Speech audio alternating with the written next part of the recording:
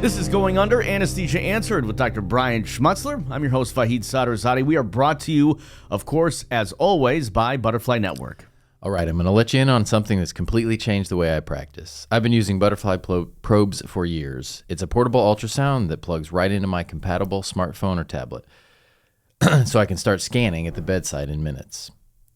If you've used the older versions, or even if you're new to handheld ultrasound, let me tell you why this IQ3 is a game changer and really impressive.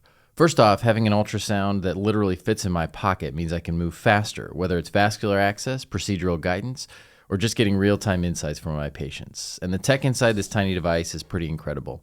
I can do biplane imaging, which lets me see short axis and long axis simultaneously, which is a huge help for procedural guidance and honestly a great tool for learners. The new needle out of plane preset even shifts the scan plane digitally so I can see the needle tips sooner, which makes a real difference when precision matters. And the image quality, honestly, the IQ3 probe holds up against some of the high-end cart systems I've used. That's impressive for something this portable. If you're looking for a device that supports your practice, I can't recommend the Butterfly IQ3 enough. And right now, they're running a special offer. You can get $750 off the latest IQ3. Check it out now at butterflynetwork.com. It was awesome to have Devinder on a couple shows ago. It was. And talk about the Butterfly Network. Are you going to bring that to Puerto Rico? You want me to? You want I don't know. Play with it on the beach? Sure. Hey, we should film some content while we're there. We did talk about having it on airplanes, although I'm a little bit nervous that if I bring it on the airplane, then something's going to happen, and I'm going to, But I don't know. I'll throw it in my bag, I guess. All right. Well, today we are talking about, in this episode, kind of a scary thing that can happen very rarely to people, but it happened to a 33-year-old this past week or 2 weeks ago. Nursing influencer Hailey Okula, and I'm sorry if I'm mispronouncing that, Hailey Okula died of an amniotic fluid embolism. She was 33 years old. It is a very rare thing that happens. It is. Let me just, before we get into what it is and kind of how it came about, just a little bit about her background. She was an influencer. Of course, she worked for Medfluencers too, I believe. Yeah, a company that we've worked with in the past and still work with, who kind of helps, guess some props for Medfluencers. They help connect physician and clinical influencers connect with companies that are looking for medical influencers. So anyway, go ahead. Yeah. Well, Hailey wanted to become a mother. I mean, that was, she dreamed of it, and according to her social media profile, after years of infertility, she underwent IVF, became pregnant, and literally moments after giving birth to her son, Crew, she suffered this amniotic fluid embolism. She went into cardiac arrest and ultimately led to her death. Now, first of all, this is very rare. Yeah, I mean, so I was doing a little research because I didn't know what the current research said. So yeah, she had a C-section. It sounds like. So everything I was reading, I use an online service that's peer reviewed called UpToDate. UpToDate says it's about 1.5 to 2 people per 100,000 who give birth. 1 to 2. 1.5 to 2 per 100,000. So that's like 1% of 1% of 1%. So it's like 0.002%. Wow. So this is very rare. It's pretty rare, yeah. So what is it exactly? So an amniotic fluid embolus is actually a bit of a misnomer. It's not typically an actual embolus. So what happens? And an embolus is what? An embolus is like a piece of something that goes into the blood. So that could be like a pulmonary embolus, which is a blood clot in the blood that goes to the heart. There's air embolus, which is if you get a big like bolus of air. So for instance, somebody doesn't prime an IV correctly and you get a bunch of air. That's an air embolus. That was actually just on the pit. Spoiler alert. Okay. Somebody had an air embolus. There's a fat embolus, which you can get from orthopedic surgeries. So when you drive a piece of steel, basically, of equipment into the bone, that can release fat, which can go up into the vasculature and cause problems. So an embolus is just a piece of something in the vascular system. So the thought is that there is amniotic fluid and basically fetal tissue that comes into the vasculature of the woman. Okay, when she's having it's more common in C-sections than it is in vaginal deliveries, but it can happen in either. Can happen during labor, can happen during delivery, and can happen afterwards. Up to, I think it's 30 to 60 minutes is what they said. So while there is debris that goes into the vascular system, it's not typically that debris that causes the issue. What causes the issue is that the mother's body reacts to that tissue, and so causes widespread issues. So I've had this happen 4 times in my career, which is crazy. So you actually, Yeah. So Yeah, just I a was little doing bit the about the anesthetic, background. yeah. Yeah, you were doing anesthesia for Deliveries. deliveries. Yeah. And how long did you do that? For what? How long did you deliver for, like, do anesthesia for deliveries? Oh, I still do. From you time still to do time. it from time to time. Okay, Yeah, not often, but yeah. I mean, so obstetric anesthesia was part of my practice, heavily part of my practice from residency for the first probably 6 years that I did anesthesia. I don't do it much anymore, but still very, very, very rarely. So I've seen it 4 times, like I said. 2 were pretty minor. Recognized it right away. The patient didn't have a severe effect to it. 2 of them were pretty major. So we can talk a little bit about what that was like. But yeah, the pathogenesis of it is a reaction to the cells from the baby or the cells from the placenta being in the blood. And it causes a severe, what we call cytokine reaction. You may remember from COVID, right? People talked about like, oh, they had a cytokine reaction and all this stuff happened. So what's scary about an amniotic fluid embolus is that cytokine reaction basically causes cardiac and respiratory arrest almost immediately in severe cases. like stops the heart. Boom. Yep. Right. So the reaction is 2 things. One, it causes pulmonary hypertension, which we may have talked about here on the show before. Pulmonary hypertension is elevated blood pressure in the pulmonary artery. So it makes it hard for the right heart to pump blood into the lungs. When that happens, everything backs up and the heart basically stops working. It also makes it hard to get the blood oxygenated, and so there's respiratory arrest as well. So you get both those things at the same time, cardiac arrest and respiratory arrest. You've got nothing. There's nothing you can do. Sure. If you can't pump blood through the heart and you can't pump blood into the lungs, then you can't use the heart or the lungs. It's pretty catastrophic. Yeah.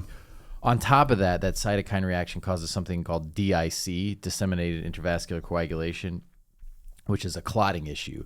So it causes very small clots to go into all the peripheral vascular system. So, the peripheral parts of the lungs, peripheral parts of the hands, the feet, that sort of stuff. So you get these small clots, but that consumes all the clotting factors. So if you're bleeding anywhere else, your body doesn't have anything left to stop the bleeding.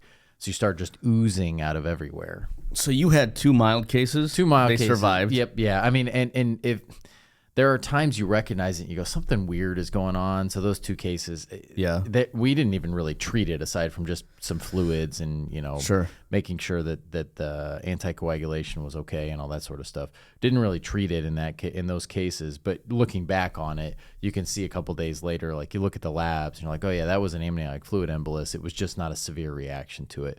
So the literature would say that there's probably about 1% or 2% of women who deliver have an amniotic fluid embolus reaction. It's just not severe. Okay. Right? That's the severe is that 1.5 to 2%. Sure. Or I'm sorry, 1.5 to 2 out of 100,000. That 1 to 2% is probably people who just have that reaction, but it's just not severe. So what happened to the other? So both died actually. Really? Yeah. The 2. And they had like a. Did they have an instant cardiac arrest? Yeah. Yep. Yeah. Wow. Yep. And there's there's supportive care, and then there's nothing. Not really. No. I mean, you look at each aspect of it. So supportive care meaning, the first thing you've got to do is you got to intubate, right? So during labor or during C-section, typically we use a spinal or an epidural, and so mom's awake, right? So the first thing you got to do is intubate, give them 100% oxygen, make sure that they're oxygenating. That's the biggest thing. And then supporting their cardiovascular system, there's drugs we can give, epinephrine, dobutamine, all that sort of stuff. So give those drugs, but you got to put in a big IV in the neck, central line, give all those drugs, and then treat the coagulation stuff, right? So a lot of times we'll give just products. So fresh frozen plasma, there's a few newer products like factor 7A and all this kind of like new stuff. So you got to give all that stuff to try to stop the clotting issues, and then just hope that you can figure out a way to make the heart work. There's some things that you can do. You can potentially put in a pacemaker. You could potentially put in like a VAD, a ventricular assist device. I've seen that happen before, not from amniotic fluid embolus, but for cardiac failure. I have seen ECMO, which is basically a heart-lung machine. Now, everything I was reading said they don't recommend that because of the anticoagulation stuff. But as a last resort, you could. It's one of the only things you can do. So I mean, is now for moms out there who are listening to this and kind of scared, right? I mean, right.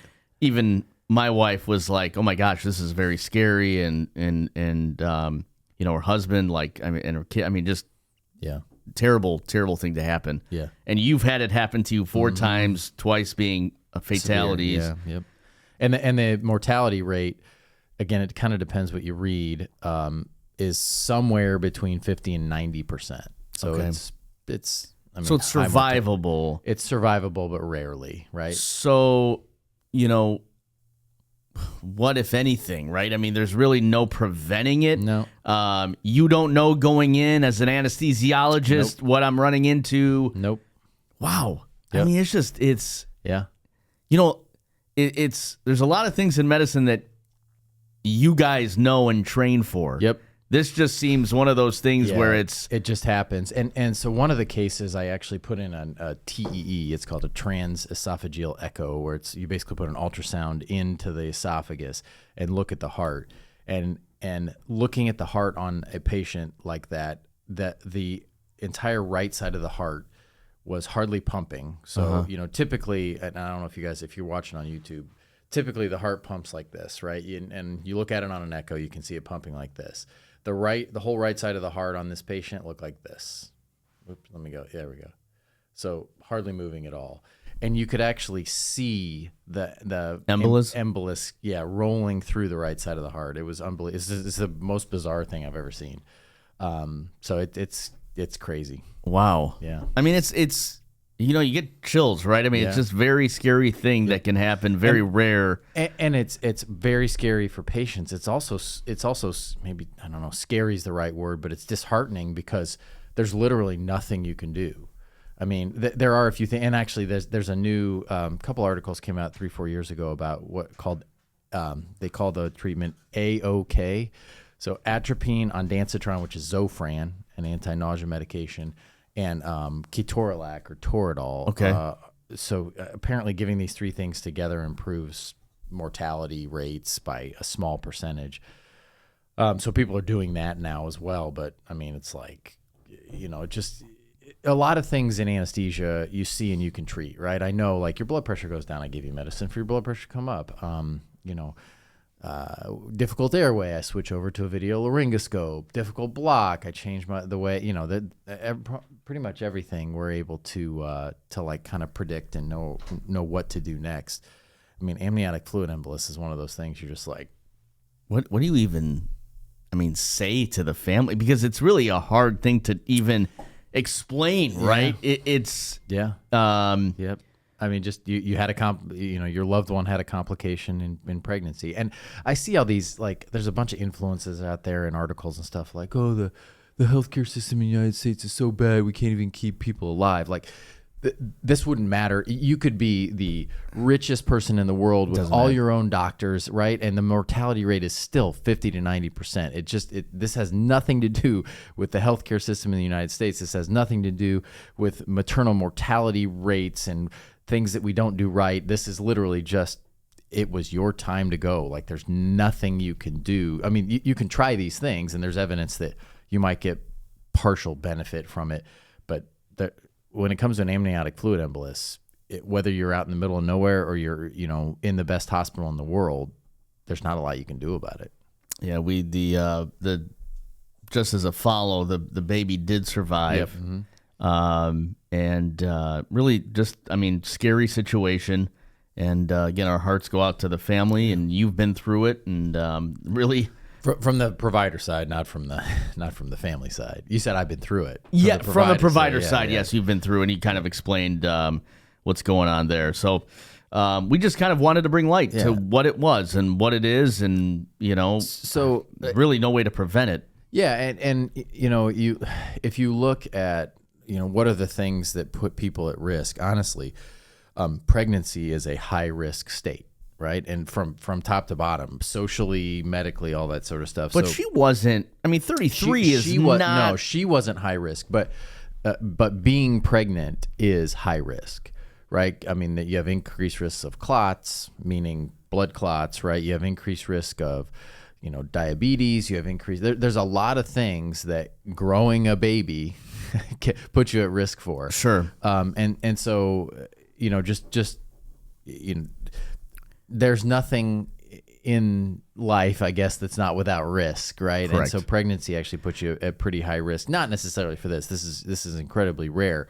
Very sad story, but there's a lot of risks in pregnancy. And so from a provider perspective, OB anesthesia is 90% of the time, 95% of the time, basic. Put an epidural in, mom gets relief, they're happy. Do a C-section, baby comes out, they're happy.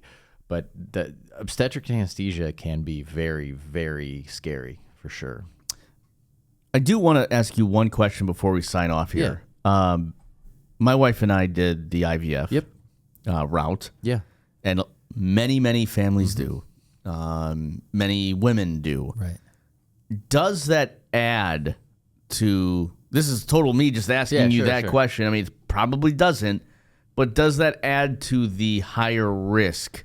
of amniotic fluid embolism? Or just no, does the percentage of high risk pregnancy go up because of that? Because of of the IVF. The only thing that and I'm not an obstetrician, so I could be speaking out of turn here. The only thing I can think of that would make you higher risk is if you had multiple IVF. Well, no, let's say you had multiple embryos that took.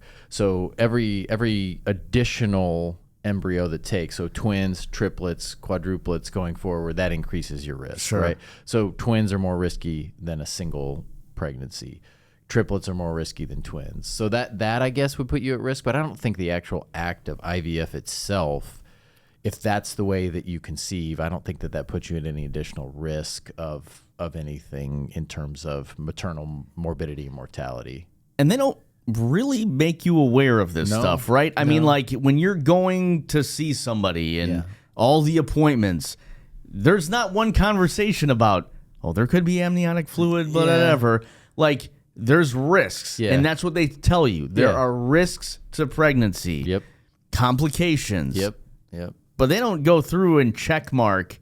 No, this could happen. And this could happen. And that would be hard to do because there are so many risks, right? I mean, there's no way that I could go through, even in a basic anesthetic, there's no way I can go through every single risk, right? I can't say, well, on this particular case, where the risks are, damaging your lip, breaking your tooth, cutting up your mouth, blah, blah, blah. I mean, it would take me 3 hours to go through every potential complication. So the fact that they don't talk about amniotic fluid embolus, doesn't surprise me. Although, given this particular instance, I'm assuming now that a lot of obstetricians will be talking to their patients about the awareness now is everybody knows about it. Yep. And it had to have to be after a sad situation like this, but it's crazy. And I was trying to remember. There's another cardiac complication that's very rare in women. It's a Takotsubo maybe, where after pregnancy they get kind of this like dilated heart. They call it like broken heart syndrome. But anyway, there's a lot of things in pregnancy that are kind of weird. And I said, so I was trying to go back through and remember all this stuff and read, and I just happened to be looking through TikTok and I saw Will Flannery, Dr. Glaucom Flecken's stuff, and he's like, so he's working with, I think, the New England Journal of Medicine or something to go through a bunch of different topics and kind of make them funny because that's his shtick. Sure. And he got this book. It's called the USMLE aid or whatever it is. It's like the book that everybody uses to study for the step one of the boards. He like pulls this book up, and I remembered it was probably 250 pages. It's 800 pages long that he was looking through. So like the amount of medical knowledge now is just crazy. So anyway, just trying to go back through and remember and look through all the obstetric stuff is nuts. Man, well, we hope you learned something today. I definitely learned something over the last couple of weeks, and man, just a crazy situation and very sad situation that unfolded. We'll be back next week. We got a couple more episodes left in our season here. Of course, we are brought to you by Butterfly Network.